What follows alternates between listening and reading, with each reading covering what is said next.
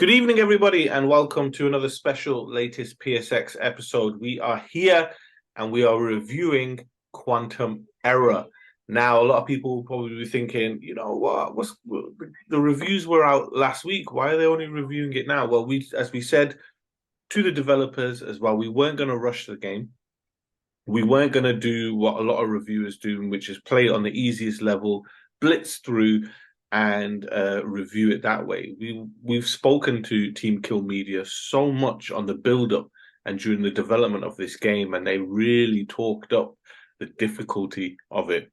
So me and Alex, being the smart daddies that we are, decided that let's play it on really hard difficulty. Really get that quantum error experience.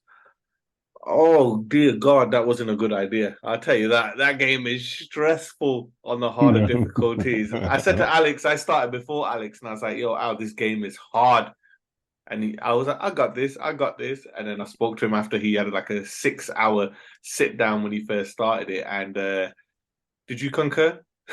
Yes, I concur. Game is rock solid. Probably made of, I don't know, what's the strongest element known to man? Titanium, kryptonite, adamantium, even. That's it. Vibranium, that's how solid it is. But yeah, That's it. Vibranium. I was trying to think of that. What the fuck vibranium. what's a shield made out of? That's it. But we're here. It's a quantum error review. Now, just to give you guys a heads up, it is completely and utterly spoiler free. We will not be talking about story beats in the game or key characteristics of the final boss battles or boss battles throughout the game that really have a impact on the narrative. So we're not going to be doing that. We're just going to talk about the fundamentals of the game. And now I'm going to start on this one because, as I mentioned, full disclosure, we have a great relationship with Team Kill Media. We had an opportunity to interview them multiple times, right at the beginning, during the middle, and at the end of development on the game. They provided us with codes early to play this game. We stupidly decided to do it on the hardest difficulty, which they found quite hilarious. Did it though, boys. We did it. So just disclosure on that one, in case you guys think we're being favoritism to Team Kill Media or not. Now, I went into Quantum Error with caution because, as excited as I was about the game, I was obviously nervous because it's a small team, four brothers who are making a game. They switched to the Unreal Engine 5 systems on the game mid-development as well. And obviously when you watch the gameplay videos that were released throughout development as well, it isn't a Killzone or a Resistance, Fall of Man or Halo or anything like that in terms of its production budget. So I was a little bit apprehensive and nervous, and I really felt that during the first level. But obviously, a good thing that happened with Team Kill is they were listening to feedback straight away. They were doing patches as fast as they could. Again, remember, it's only four people, so you really have to commend that effort. They didn't have to get these hot fixes out as fast as they did. I was really nervous at the beginning to play the game. And what about yourself? Obviously, before we get into the meat of it, just like on the build up and then to actually starting it. Yeah. I mean, like you mentioned, everything that you talked about is spot on, so I was really anticipated to finally play it. We've talked about this game, from pretty much it felt like Inception, or maybe Inception of the show, to a point where it was ready to go gold. And so I was excited, and obviously it's been a great year for games. So this is just like the cherry on the top.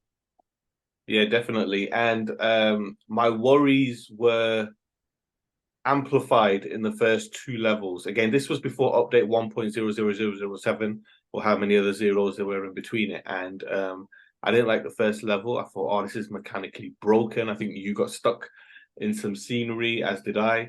And Yeah. I really enjoyed the second bit, which is a tutorial about, firefighting and using the tools available to you as a firefighter. And I was like, yeah, okay, this is kind of cool. But again, just the movement and the mechanics and everything, I was really worried. I was like, this is too clunky. I'm not going to like this. I'm not going to like this, but I'm going to go through. I'm going to go through with it. And then it hit me at the big point. I wasn't enjoying the game at the beginning. And then I realized, hold on a minute, this is what I'm doing. I'm already comparing it to what I've been playing recently and what I've been playing all through 2023, which is banger after banger, triple A after triple A, production budget of 100 mil plus after 100 mil plus. And I had to reset myself. I was like, what got me excited about this game? And I remembered, oh yeah, it reminds me of old school FPSs like Doom and Wolfenstein, and specifically the sort of things that we used to get from Machine Guns, that A and double A level game. And I was just like, okay, I need to reset myself because I'm clouded by Metacritic of 90 games, you know what I mean, that we've been playing. So once I did that and I kind of shook it off, I think the game really improved once you obviously get to the facility and you have a gun in your hand and you're actually moving around it, and it becomes more linear. I really started to enjoy the game there because I was like, okay, this is what I actually was expecting. I've wiped away Spider-Man 2, which I had obviously reviewed. I had wiped away other games. Really just focused on what I was playing at the time, which was obviously this look like, independent to middle tier first person shooter, which is hard as fuck, as I mentioned. But then I started to enjoy the game quite a bit, surprisingly so, because after the first hour and a half, I wasn't enjoying it. And I was like, I'm not going to like this. I'm not going to enjoy this, to actually really being surprised a couple of hours into the game. But what about yourself in the first few hours? Yeah, first few hours. I think we've come to realize that with many games, especially when the mechanics are different, you have to give it like the first few hours. So yeah, like you, yeah, I was at first I was comparing it to Triple A them, but in fact it did help because I think I was playing this. I played more of this than I did of Spider-Man. No, not Spider-Man. It was another game. So it kind of did temper my expectations for it in terms of like the control mechanics, and I started to realize that it's actually quite similar. That's just the way the PlayStation is. It's not as fluid as a Nintendo console, but anyway, we're not going to get into that. But yeah, the controls, initially they were a bit flaky, they were a bit janky. They did, yeah, like you mentioned, were very reminiscent of like old school Doom or Quake. It's got that old school feel. Yeah, and the first level, yeah, like you mentioned, glitch heaven or hell, however you want to look at it. But like you said, when you look at it as being like an independent game, you just can't help but just marvel at it, what these four brothers have managed to put together. So and with that, I started to appreciate all the little nuances, even though there were a lot of hiccups, and they were compared to any game that you would find on the shelves. It's still a mammoth of an achievement that they managed to get to that stage. But at the same time, it's still a game, and we still got to play it, and we still got to look at it as being a situation that we can start and finish, given a certain time frame. And sometimes the functionality of the game didn't enable that. Certain things that I think should have really taken a few moments end up taking hours, and that's just because of the mechanics. But I'll tell you what, though, because of those flaws, because of those glitches and rubbery mechanics, it actually changed the game for me. Instead of me comparing it to the likes of COD or anything like that AAA status, it suddenly turned into a Souls-like experience. Because I found myself getting killed ridiculously. I mean, like you mentioned, we went on the hard level, which was the most genius move that we did. But yeah, I found myself getting killed ridiculously, like over and over again. Like I'll be spotted by enemies and they'll just instantly die. And then it got me. I got the Souls bug or virus, and then I just had to jump back in. I had to jump back in and try and find a way how to use the mechanics to my advantage. Can I just say, I fucking hate the checkpoint mechanic is non-existent in this game. You die, you go all the way back to the save, and I'm just like, what? And again, it was one of those things. It allured me, and it was giving me nostalgic vibes to the old days of PlayStation 1 and PlayStation 2. But at the same time, I wanted to fucking throw a brick at my TV because I was getting so angry, especially the stupid invisible enemies. I was like, fuck, man. Where are you? Where are you? And then one would just pop up out of nowhere, like I'm in the bathroom, and then just one guy who's dressed half naked is just there, and he's obviously just taking loads of damage and no longer interested in me. I'm thinking, you don't just do that. So obviously I had to ask him. But those types of things happen throughout the game, which is, I guess you could attribute it to the actual, I guess, the lore of the game, the fact that it's actually a quantum error and things aren't going to go as smoothly as it would do in this world. So I guess a lot of the glitches could be played onto that. But yeah, I mean, bar the glitches, there are some beautiful moments, which, like we mentioned before, about, the fact that these four brothers have managed to put it together. To say 4 or 3? 4. Yeah, 4. Yeah, sorry. Yeah, they managed to put it together, and and that's when you start to see the great potential for this game. And it started for me with the story. It's like, the narrative. We don't want to go too much into the story. We're not going to ruin it. But I would say, without a doubt, strongest point in the game. Yeah, was the narrative.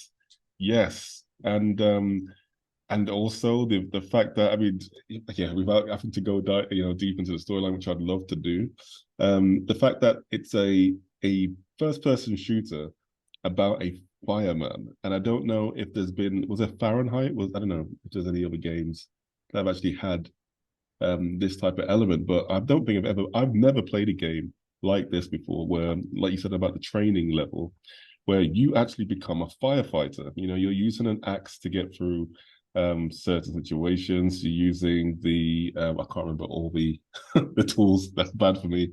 But yeah, the various tools that a fireman would use in a given situation, and you start to think how they would do in a given situation. For example, the film that we've all probably seen, the fire film, which is called the name escapes me now. So yeah, I know which one you're on about. Backdraft.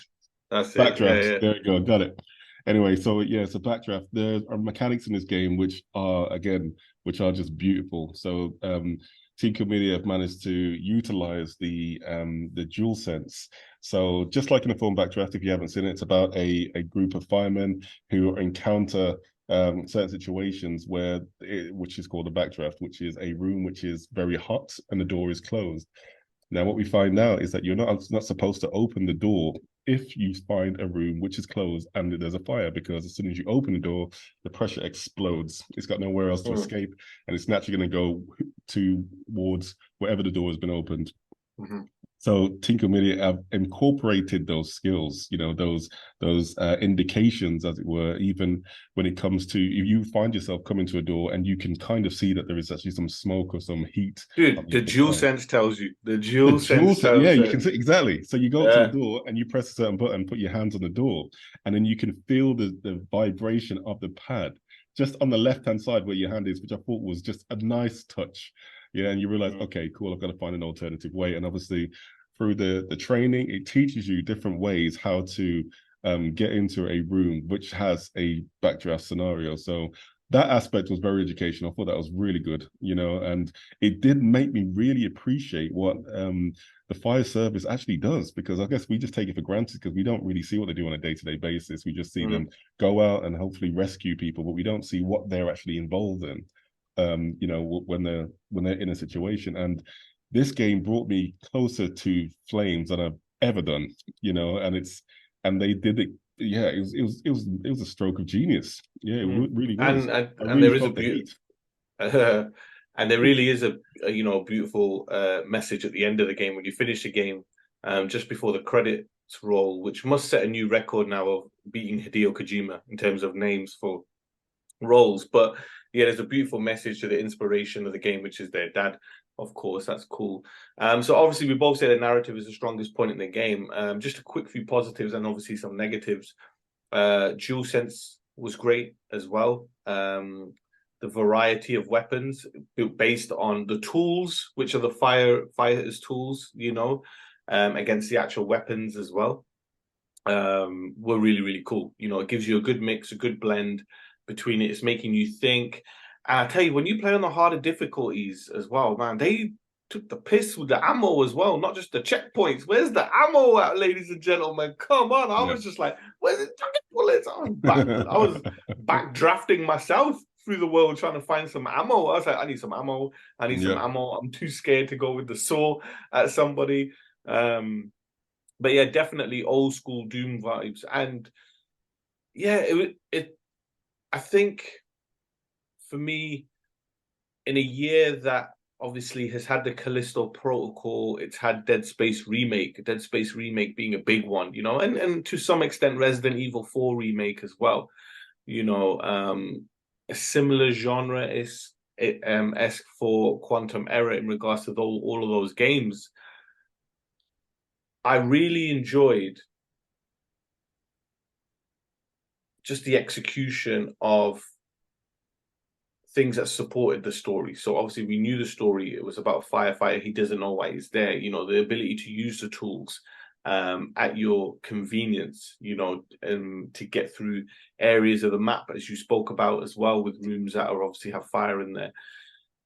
And at the same time, just to go Rambo with these weapons as well, made it really, really cool. One big negative for me in the game is the fucking weapon wheel. When you're playing on a harder difficulty and you need to quickly change your weapon because it's easier to change your weapon. Because what I used to do on the hard difficulties, before I knew I was going into a whole room of enemies or anything, I would reload all my weapons to make sure, right, I'm ready to go. I can switch. No, you can't, because there were so many times I was pressing the button for the wheel to come and it wouldn't come up. And I'm like, I had to let go, wait a second, and then press it again for it to come up.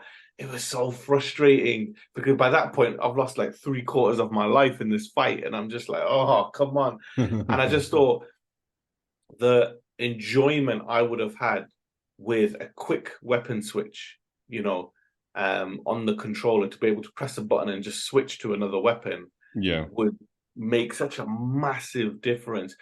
At the same time, it kind of allured to me that the game was hard. It was a bit more realistic. You had to go to your weapon wheel to get your weapon and change it. I get that. That's fine. I think my real frustration was just that sometimes it was unresponsive when you pressed it. You know what I mean? Yeah. I had the same situation as well. It was just, you find at times that you just need to switch from the axe to the is it a Halligan? I think yeah, the Halligan bar. Yeah, the Halligan bar. And it just wouldn't happen because obviously, you're trying to get your supplies and stuff like that, or even switching from that to the weapons. It is a little bit sticky, but I do think these are things that could easily be. I think I think I saw on social media that they're already working on fixes and stuff like that. And I am going to go for the platinum in this game, but I am going to wait for updates for that weapon wheel, because then I'll enjoy it more. And I'm fucking definitely putting the cheats on that next playthrough. I'm sorry, I've done it on hard without cheats, so if it's getting any harder than that, I'm putting invincibility on. You know what I mean? And then I'll be like, come on, then, let's go. But before we obviously wrap up, we don't want to take too long. Just give me some of your pluses and negatives. I mean, obviously visuals as well. The switch to Unreal Engine 5. Man, there was some issues in those cutscenes, like with the lighting and the things like that. But what was your thoughts? Yeah, and some anti-aliasing, some artifacting was present. To me, all the character models kind of looked like you mean like Team America World Police, like Thunderbirds. It had that kind of dolly type look to it. Which again could have just been a stylistic choice. It could have been a design choice, but that kind of threw it off for me a little bit. But then the narrative is so strong. What you're saying though is like the narrative was so strong, and I was so engrossed in it, especially when you're reading the emails and the notes and the things in the world. I was really engrossed in it, and then when the cutscene would come on, I'd get knocked out of it. Yeah, because I've been looking at the character model. For fuck's sake, so close, so close. But like we said, yeah, I mean that was obviously a negative. We talked about the functionality, the weapons wheel, even the melee attacks as well. It's trying to swing around that axe or even the Halligan. It's just not easy. You know what I mean, to attack the enemies coming on board, because they've got like some next level skill. They're like arm barring you, shooting you from afar, and you're just like strapped. So at that point in the game, it was a bit frustrating. But at the same time, you just keep coming back. You keep coming back. There's loads of room for improvement. But at the same time, like we just keep going back to, which is the story. The narrative is really good. It's very reminiscent of the likes of, say, like Alien or even like Elements of Lost. I mean, these are a lot of the things which they mentioned in the interview with us, where they got inspiration from. And you can definitely see that. And it's a world which I do want to see more of. Yeah, and like dude, if this is their first attempt and the first of a trilogy, I'm excited to see the improvements because as I said, I was enjoying the game because my mind had switched off from all the AAA big budgets of 2023, and this threw me back to a nostalgic feel as I was playing it. It was reminiscent of PS2 days, you know what I mean, and early PS3 days, those sort of shooters that were coming out. And I was really enjoying it. And it was just little technical things that were breaking. They were illusion breaking for me. They were knocking me out of it. We spoke about some of the character models. The weapon wheel was the biggest one for me. Sometimes, obviously, you shoot AI and it start flying around the map. Like, okay. And for God's sake, I love you, Will, at the Quantum Error community. And when I had to save this motherfucker, can he not operate faster? The amount of waves of enemies that kept coming into that room. And I was like, Will, I'm going to shoot you myself if you do not hurry up and fix this guy, But you can see what they were talking about. There's a nod to multiple games, Doom, Wolfenstein, Quake. Everything is in there. I do see a bit of the Halo. I do see a bit of the Metal Gear in there and things. And it would have been a real big nostalgic hit in a really, really positive way. But the things that pulled it back, which was obviously some of the control design in terms of just the responsiveness to it, some of the character models in the cutscenes, and some of the wall breaking and things like that. It just pulled it back quite a bit for me. But I'm excited to see where they go in the future. And obviously in our latest PS5 episode this week, we're going to speak about how successful the game has been pre-launch for them as well. But so obviously we don't really do numbers. What's your review and your thoughts on Quantum Error then? I would, if you wanted to give it a number as well, you can give it out of 10. To be but honest, we don't really do that. I would wait. If anybody wants to play this game, I would definitely say wait for a sizable patch to come out. It's a lot of fun. There's a lot of aspects of that we've mentioned. There's a lot of stuff that we haven't mentioned, which is definitely if you're a gamer, whether it's FPS or even third person shooting, we wouldn't even talk about the switching of the camera mechanics, which just drastically changes the game. It is a lot of fun. However, I would definitely wait for a sizable patch to come out first. But when that patch does come out, and I'm sure they will because they've mentioned on Twitter that they're welcoming all negative feedback because they're just going to make the game better with this game as well as the sequels. With that said, wait. Just wait. Yeah. Because once you do play the game, when it's fully done, you're going to have an amazing time. It really is. It's reminiscent of Cyberpunk. Like if you played it and got switched off by the glitches and the broken sections of the game and never went back to what it is now, which is a masterpiece. Similar thing to this. If you play it now and don't enjoy it, which I've seen a lot of people who have reviewed who don't understand what an embargo is and started putting up assets on social media early, dumbasses. But just wait for especially the weapon wheel patch once that goes live. But I'll be honest, like after the first few levels I wasn't enjoying it, but then the nostalgia really kicked in. And I tell you what, man, it's an old school shooter that took us on a ride, I would say, and if I can use a firefighter pun, as you would definitely understand that real heroes don't fight fire with fire, they fight fire with water. That sounds like straight out of the 80s. That's it, right? That's it. I just want Arnold Schwarzenegger sort of thing, right? Come on, do it. We don't do numbers here at Latest PS5. If I was to number it, I would give it, because of all the nostalgia. You don't do numbers. Why you give him a number? You can't give. No. But I'm trying to explain that if I was, it would be at best a 7. Just because I love that old school difficulty that I went through. It actually would have been a lot higher had the weapon wheel just worked and been super responsive. So that's an indie 7, right? That's an indie 7. Yeah. Okay, that's cool. not AAA, but we don't review. I would say the same thing as you. go onto social media, follow Mm. Quantum Error, have a look at the patch details and notes and what's out. And yeah, wait until there have been fixes. And then, because I don't want people to play it and get put off it, I want people to play it and really sink their teeth into it and enjoy it, because there's a lot of hard work and it pays off in the game. It's just held back by a few technical issues. But I really enjoyed the game.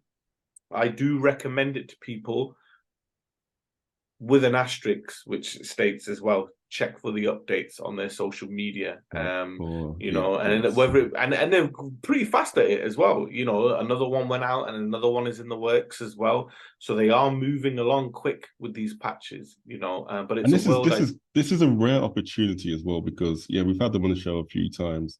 And we've known there's a few AAA companies out there. We've spoke about numerous episodes about them releasing games which are just unfinished. And I guess the ethos these days is to just release the game and then just wait for the feedback to come back, and then they'll just patch it on the way up. If the AAA companies are doing that, I mean, we have to give credit as well to the indie studios as well, just like Team Kill Media. And the fact is that they have been so active on social media, encouraging people to give them any feedback that they have, regardless of how negative it is.